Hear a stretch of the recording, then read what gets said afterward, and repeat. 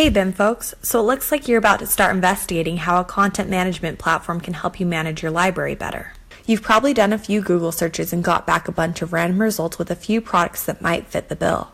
But do they? Sometimes software can be tricky to compare. With so many bells and whistles and IT tech talk, it's easy to get distracted and confused.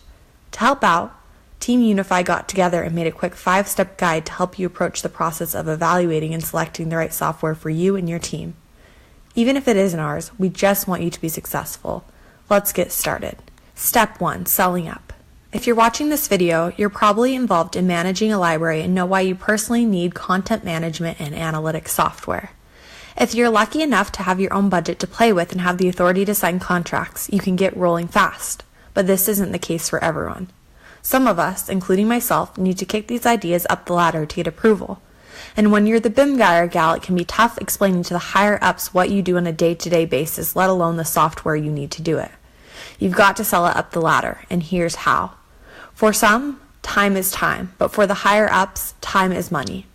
Start listing out all of the tasks and projects that are taking far too long in the absence of a quality content management and analytics platform.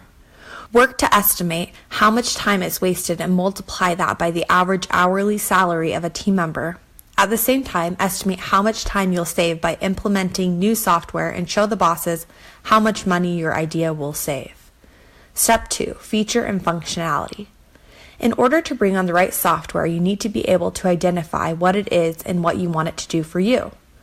One way to do this is by writing down a list of user stories to create a requirements list. A user story is a simple sentence that identifies what you want to be able to do with the software. For example, if being able to search for content is important to you, write down, I want to be able to search for content. You can then build on that and write down things like, I want to be able to search by family metadata, or I want to control access to content at the user level.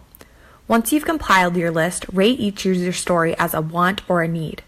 When it comes time to evaluate software solutions, you'll have a clear list of desired features and functionality to compare it to. Step 3. Evaluation.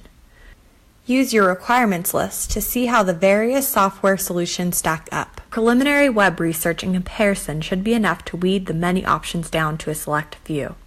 Once you get down to 2 to 3 options, it's time to start reaching out to the software companies for more information. Yes, we know. It's that uncomfortable part of the process where you have to actually talk to a real-life person.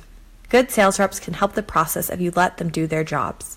Let them ask you about your wants and needs, as they may have new points of view for you to consider. Step 4. Free trial time. Now that you've got your final few, it's time to try them out. See if you can set up free trials so you can get in there and really figure out what solution works best for you. Warning: for a trial to work, you need to be prepared. We've all signed up for software trials with the best of intentions and just walked away from it because we were too busy to sit down and properly check it out. To make the most of the free trial, you need to: Number 1, ask the software providers if they have a trial implementation guide. Number 2, identify what team members will actually be using the software and get a handful of them involved in the trial. Number 3, tell your trial members what it is you're expecting from the software and where specifically you feel it will help them so they can tell you whether or not it's working. Number 4, schedule quick meetings with the trial team members to document their experience. Your team is much more likely to actually use the software you choose if it improves their workflow, so use their insight as the final factor to decide which platform is best for you. Step 5. Purchase and implementation. If you have the authority to sign off on contracts like these, that's amazing. But if you need to bring it to other decision makers to move forward, prepare a quick presentation of all of your findings and deliver the proposal for them to sign off on. Software implementation should be somewhat underway during the free trial, so by the time you make the purchase, you should already be rolling towards full implementation.